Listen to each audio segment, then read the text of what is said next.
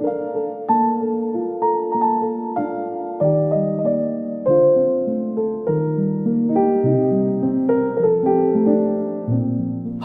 নম্বর 47, পরিচ্ছেদ 36। অজ্ঞাতসারে মুমিনের আমল নষ্ট হওয়ার আশঙ্কা। কুতায়বা ইবনু সাঈদ রহমতুল্লাহ আলাইহি উবাদা ইবনু সামিত রাদিয়াল্লাহু তাআলা আনহু বর্ণনা করেন যে রাসূল সাল্লাল্লাহু আলাইহি ওয়াসাল্লাম লাইলাতুল কদর সম্পর্কে খবর দেওয়ার জন্যে বের হলেন। তখন দুজন মুসলিম পরস্পর বিবাদ করছিল।